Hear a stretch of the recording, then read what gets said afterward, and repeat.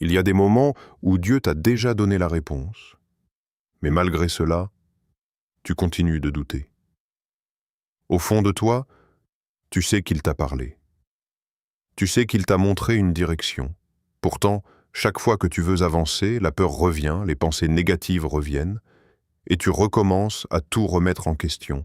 Et si le véritable combat n'était pas que Dieu soit silencieux, mais plutôt que ton esprit refuse de croire ce qu'il a déjà confirmé? Beaucoup de personnes passent à côté de leur bénédiction, non pas parce que Dieu ne les aime pas, mais parce qu'elles laissent le doute étouffer leur foi. Dans cette vidéo, nous allons voir 5 signes qui montrent que tu es peut-être en train de douter de ce que Dieu a déjà confirmé dans ta vie. 1. Tu cherches constamment de nouveaux signes après que Dieu a déjà parlé. Il y a des moments dans la vie où Dieu a déjà répondu. Au fond de toi, tu le sais. Il t'a parlé à travers la prière, à travers sa parole, à travers une conviction profonde dans ton esprit. Pourtant, malgré toutes ces confirmations, tu continues de demander encore un autre signe. Tu avances un jour dans la foi, puis le lendemain, tu recommences à douter. Et sans même t'en rendre compte, tu tombes dans un cycle où tu cherches constamment une nouvelle preuve avant d'obéir. La vérité, c'est que beaucoup de personnes ne sont pas bloquées parce que Dieu est silencieux. Elles sont bloquées parce qu'elles refusent de faire confiance à ce que Dieu a déjà confirmé. Tu dis, « Seigneur, si c'est vraiment toi, montre-moi encore. » Puis après avoir reçu un autre signe, tu dis encore, « Dieu, donne-moi juste une confirmation de plus. » Mais à un certain moment, ce n'est plus de la prudence. C'est de la peur déguisée en sagesse. La Bible nous dit dans Matthieu 16,4 « Une génération méchante et adultère demande un miracle. » Cela ne veut pas dire que Dieu ne peut pas confirmer une chose plusieurs fois. Mais cela signifie qu'à un certain niveau, la foi doit commencer là où les signes s'arrêtent. Parce que si Dieu devait toujours tout prouver avant que tu avances, alors ce ne serait plus de la foi. Ce serait simplement de la logique humaine. Le problème avec le doute constant, c'est qu'il fatigue ton esprit. Tu passes ton temps à analyser, attendre, hésiter, reculer, puis recommencer encore. Pendant ce temps, Dieu attend simplement que tu fasses le pas d'obéissance. Beaucoup de destinées restent bloquées à cause de l'indécision. Pas parce que Dieu n'a pas ouvert la porte, mais parce que la personne continue de regarder derrière elle au lieu d'avancer. Tu dois comprendre quelque chose. La peur aime demander des preuves infinies. La foi, elle, apprend à avancer même quand tout n'est pas parfaitement clair. Parfois, Dieu ne te donnera pas un nouveau signe parce qu'il veut que tu apprennes à lui faire confiance avec ce qu'il a déjà dit. La Bible nous dit dans Jacques 1,6 « Mais qu'il demande avec foi, sans douter. Car celui qui doute est semblable au flot de la mer, agité par le vent et poussé de côté et d'autre. » Une personne qui doute constamment devient spirituellement instable. Un jour, elle croit. Le lendemain, elle abandonne. Aujourd'hui, elle est motivée. Demain, elle est remplie de peur. Et cette instabilité finit par ralentir tout progrès spirituel. Dieu cherche des personnes capables de lui faire confiance, même quand elles n'ont pas toutes les réponses. Tu dois arrêter de vivre uniquement à travers les confirmations visibles. Certaines saisons de ta vie vont exiger une foi mature. Une foi qui dit « Dieu a parlé, donc je vais avancer ».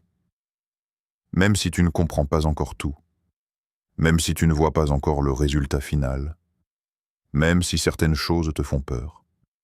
Parce qu'au final, ce n'est pas le manque de signes qui détruit la foi. C'est le refus de croire après que Dieu ait déjà parlé. 2. Tu fais plus confiance à tes émotions. Qu'à ce que Dieu a dit, l'un des plus grands combats spirituels que beaucoup de personnes affrontent aujourd'hui, c'est le combat des émotions. Parce qu'il y a des jours où tu te sens fort, motivé, plein de foi. Mais il y a aussi des jours où la peur te frappe sans prévenir. Des jours où tu remets tout en question. Des jours où tu te sens abandonné, confus, fatigué mentalement. Et le danger commence lorsque tes émotions deviennent plus fortes dans ton esprit que la parole de Dieu. Beaucoup de personnes aiment Dieu, mais elles prennent leurs décisions selon ce qu'elles ressentent au lieu de se baser sur ce que Dieu a déclaré. Quand elles se sentent confiantes, elles avancent. Quand elles se sentent faibles, elles reculent. Quand elles ressentent la paix, elles croient. Quand elles ressentent la peur, elles doutent immédiatement. Mais voici le problème. Les émotions humaines changent constamment. Tes sentiments peuvent changer en une seule journée. Une mauvaise nouvelle peut changer ton humeur. Une déception peut affecter ta motivation. Une parole négative peut te faire oublier toutes les promesses que Dieu t'avait données. C'est pourquoi tu ne peux pas construire ta foi sur tes émotions. La Bible nous dit dans Hébreux 13:8, « Jésus-Christ est le même hier, aujourd'hui et éternellement. » Dieu ne change pas selon ton humeur. Sa parole ne perd pas sa puissance parce que tu traverses une mauvaise journée. Ce qu'il a promis reste vrai, même lorsque tes émotions deviennent instables. Et c'est là que beaucoup échouent spirituellement. Ils pensent que parce qu'ils ressentent la peur, cela signifie que Dieu n'est plus avec eux. Mais ressentir la peur ne veut pas dire que Dieu t'a abandonné. Même les hommes de Dieu dans la Bible ont traversé des moments de faiblesse émotionnelle. Pourtant, ils ont appris à continuer malgré leurs émotions. Tu dois comprendre ceci. La foi n'est pas l'absence d'émotions. La foi, c'est choisir de croire Dieu même lorsque tes émotions essaient de te convaincre du contraire. Le diable sait qu'il ne peut pas toujours arrêter les promesses de Dieu. Alors souvent, il attaque ton esprit. Il essaie de créer de la confusion émotionnelle. Il veut que tu sois tellement dominé par tes sentiments que tu oublies ce que Dieu t'a déjà dit.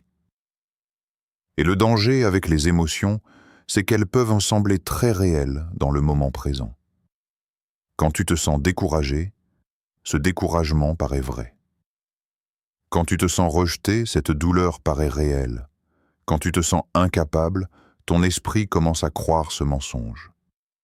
Mais la vérité de Dieu est plus stable que tes émotions. La Bible nous dit dans Jérémie 17:9, « Le cœur est tortueux par-dessus tout, et il est méchant. Qui peut le connaître ?» Cela signifie que les émotions humaines peuvent parfois nous tromper. Voilà pourquoi tu dois apprendre à marcher par la foi et non uniquement par ce que tu ressens. Certaines personnes attendent de se sentir prêtes avant d'obéir à Dieu, mais souvent, l'obéissance vient avant le sentiment de confiance. Tu dois parfois avancer même quand tu ne te sens pas assez fort. Prier même quand tu ne ressens rien. Croire même quand ton esprit est rempli de questions.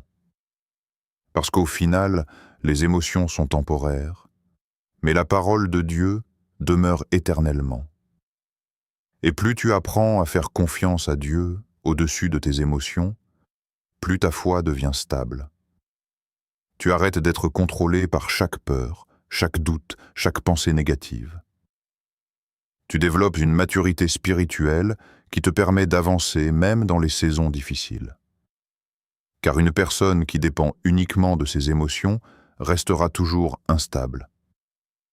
Mais une personne qui s'appuie sur la parole de Dieu restera debout même au milieu de la tempête. 3. Tu analyses trop ce que Dieu a déjà rendu simple. L'une des raisons pour lesquelles beaucoup de personnes restent bloquées spirituellement, c'est qu'elles compliquent ce que Dieu avait rendu simple. Dieu dit « avance ».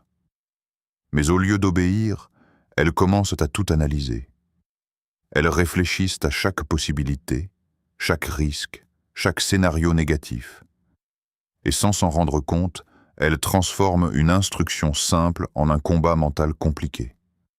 L'overthinking est devenu l'un des plus grands ennemis de l'obéissance. Tu pries pour recevoir une direction de Dieu, Dieu répond. Mais après avoir reçu la réponse, ton esprit commence immédiatement à créer des dizaines de questions. Et si ça échoue? Et si je me trompe? Et si les gens me jugent? Et si je ne suis pas capable? Et plus tu réfléchis, plus la peur grandit. Le problème n'est pas toujours que Dieu n'a pas parlé. Le problème, c'est que ton intelligence essaie parfois de comprendre entièrement quelque chose qui demande simplement la foi. La Bible nous dit dans Proverbe 3,5 « Confie-toi en l'Éternel de tout ton cœur et ne t'appuie pas sur ta sagesse. » Cela ne signifie pas qu'il ne faut jamais réfléchir. Dieu nous a donné l'intelligence. Mais il y a une différence entre la sagesse et l'analyse excessive. La sagesse écoute Dieu et avance avec prudence. L'analyse excessive, elle, crée la paralysie. Certaines personnes réfléchissent tellement qu'elles finissent par ne jamais agir. Elles attendent le moment parfait, les conditions parfaites, la garantie parfaite. Mais dans la vie spirituelle, tout ne sera jamais parfaitement clair. Parfois, Dieu te montre seulement la prochaine étape, pas toute la route. Et cela dérange l'esprit humain parce que nous aimons le contrôle. Nous voulons connaître chaque détail avant d'avancer. Mais Dieu fonctionne souvent différemment. Il demande la confiance avant les explications complètes. Regarde Pierre lorsqu'il marche sur l'eau. Jésus ne lui a pas donné un long plan détaillé. Il lui a simplement dit « Viens ». Et tant que Pierre gardait les yeux sur Jésus, il avançait. Mais au moment où il a commencé à analyser le vent et les vagues, il a commencé à couler. C'est exactement ce qui arrive à beaucoup de personnes aujourd'hui. Elles étaient prêtes à obéir, mais elles ont commencé à regarder autour d'elles. Elles ont commencé à écouter leurs peurs, leurs calculs, leurs raisonnements humains. Et cette analyse constante a étouffé leur foi. Tu dois comprendre ceci. Toutes les bénédictions de Dieu ne peuvent pas être expliquées logiquement avant d'arriver. Certaines portes vont sembler impossibles humainement. Certaines décisions demanderont du courage. Certaines saisons exigeront une foi qui dépasse ta compréhension naturelle. La Bible nous dit dans Ésaïe 55:8 « Car mes pensées ne sont pas vos pensées, et vos voies ne sont pas mes voies, dit l'Éternel. » Dieu voit ce que toi tu ne peux pas encore voir. Là où toi tu vois des obstacles, Dieu voit déjà une issue. Là où toi tu vois des limites, Dieu voit des possibilités. Et parfois, ton plus grand problème n'est pas le manque de capacité. C'est simplement que tu réfléchis trop au lieu d'obéir. Parce qu'à force de tout analyser, tu retardes tes décisions, tu nourris tes peurs, tu fatigues ton esprit, et tu perds la paix que Dieu voulait te donner. Il arrive un moment où tu dois arrêter de chercher toutes les réponses et commencer simplement à faire confiance à Dieu. Car l'obéissance ouvre souvent des portes que l'analyse excessive ne pourra jamais comprendre. 4. La peur. Prends plus de place que ton obéissance. Au fond de toi, tu sais déjà ce que Dieu t'a demandé de faire. Tu sais déjà quelle direction il t'a montré. Tu sais déjà ce qu'il a confirmé dans ton esprit. Mais malgré cela, quelque chose continue de te retenir. La peur. La peur est l'une des armes les plus puissantes utilisées contre les destinées. Parce qu'elle ne vient pas toujours de manière évidente. Parfois, elle se déguise en prudence. Elle se déguise en logique. Elle se déguise même en attendre le bon moment. Mais derrière toutes ces excuses se cache souvent une seule réalité, la peur d'obéir. Tu veux avancer, mais ton esprit commence à imaginer le pire scénario possible. Et si ça ne marche pas? Et si j'échoue? Et si je suis humilié? Et si j'ai mal entendu Dieu? Et plus tu nourris ces pensées, plus ton obéissance devient lente. Beaucoup de personnes pensent que l'obéissance à Dieu sera toujours confortable. Mais la vérité, c'est que certaines instructions de Dieu vont directement confronter tes peurs. Parce que Dieu ne veut pas seulement te bénir. Il veut aussi transformer ton caractère et développer ta foi.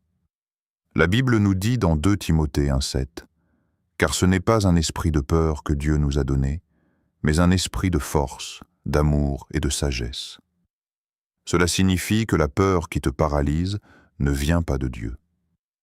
Dieu peut te corriger, Dieu peut t'avertir, Dieu peut te guider avec sagesse. Mais Dieu ne travaille pas à travers une peur paralysante qui t'empêche d'avancer. Le problème avec la peur, c'est qu'elle crée des prisons invisibles. Extérieurement, rien ne semble bloqué. Mais intérieurement, tu es incapable d'avancer pleinement. Certaines personnes repoussent leur appel pendant des années à cause de la peur. Peur de commencer, peur d'être rejetées, peur de perdre, peur de quitter leur zone de confort. Et pendant qu'elles hésitent, elles regardent les opportunités passer devant elles.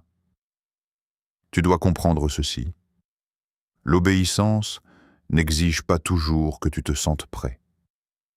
Souvent, Dieu te demande simplement de faire confiance. Quand Moïse a été appelé, il avait peur. Il trouvait des excuses. Il doutait de lui-même. Pourtant, Dieu l'a quand même envoyé.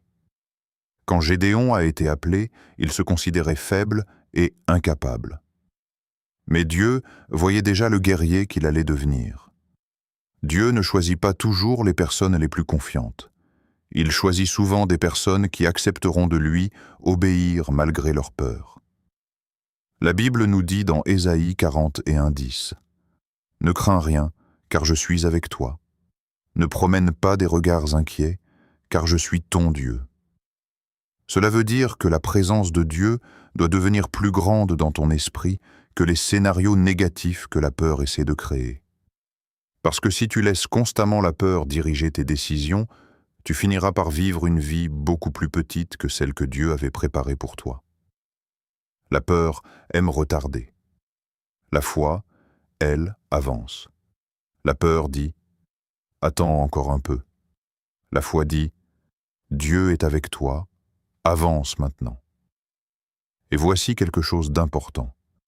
Plus tu obéis à Dieu, plus la peur perd son pouvoir sur toi. Le courage ne signifie pas l'absence de peur. Le courage, c'est décider d'obéir même lorsque la peur est présente. Certaines percées dans ta vie n'arriveront qu'après ton acte d'obéissance. Certaines portes ne s'ouvriront que lorsque tu accepteras enfin d'avancer malgré l'incertitude. Parce qu'au final, la peur peut soit contrôler ton futur, soit devenir la preuve que tu es sur le point d'entrer dans une nouvelle saison avec Dieu. 5. Tu continues de penser, comme ton ancienne version. L'une des choses les plus difficiles dans la marche avec Dieu, ce n'est pas seulement de changer de vie, c'est de changer de mentalité. Beaucoup de personnes demandent à Dieu une nouvelle saison, une nouvelle direction, de nouvelles bénédictions, mais elles continuent de penser comme l'ancienne version d'elles-mêmes. Et c'est là que le combat commence. Parce que même lorsque Dieu commence à faire quelque chose de nouveau dans ta vie, ton esprit peut rester attaché à ton passé. Tu continues de penser selon tes anciennes blessures, tes anciens échecs, tes anciennes peurs, tes anciennes limitations. Tu pries pour avancer, mais intérieurement, tu attends encore l'échec. Tu demandes une nouvelle opportunité, mais tu continues de croire que tu n'es pas assez capable.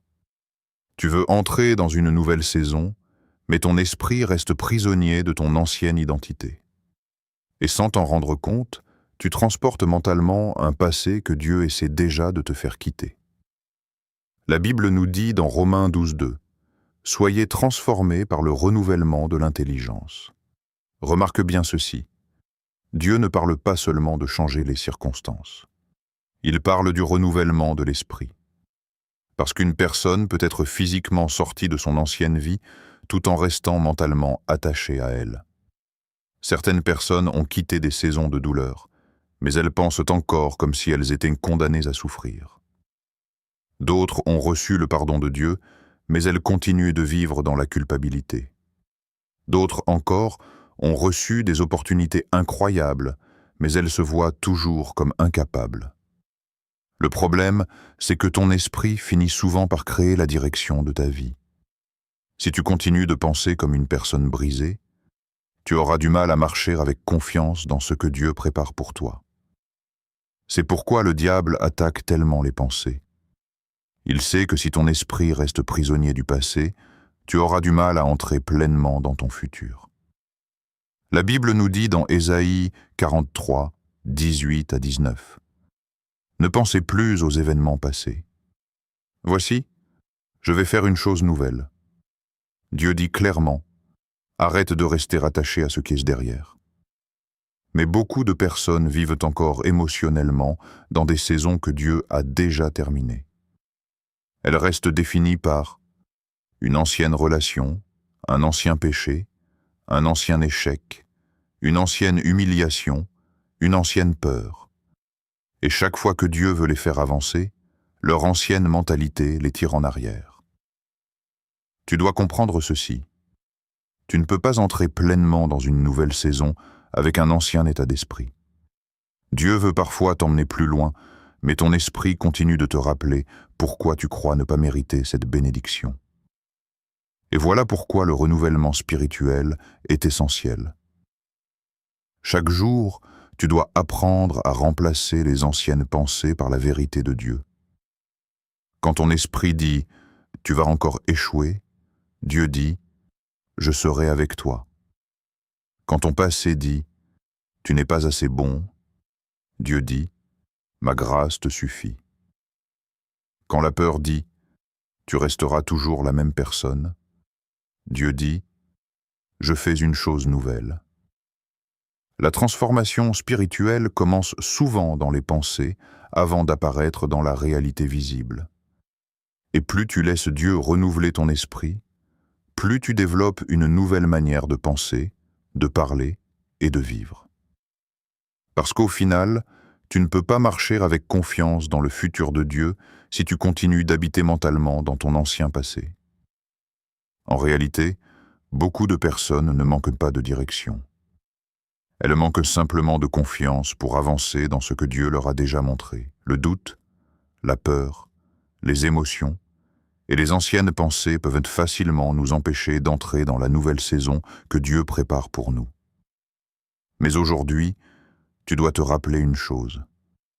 Lorsque Dieu confirme une parole, il ne change pas d'avis simplement parce que tu traverses un moment de faiblesse. La Bible nous dit dans Philippiens 1,6 « Celui qui a commencé en vous, cette bonne œuvre la rendra parfaite. » Dieu n'a pas oublié ses promesses concernant ta vie. Même lorsque tu ne vois pas encore tout clairement, il continue de travailler en arrière-plan. Ton rôle n'est pas de tout comprendre.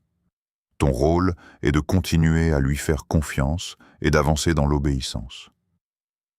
Si cette vidéo t'a parlé, j'aimerais que tu écrives dans les commentaires « Je choisis de faire confiance à Dieu ». Et dis-moi aussi lequel de ces 5 signes t'a le plus touché aujourd'hui.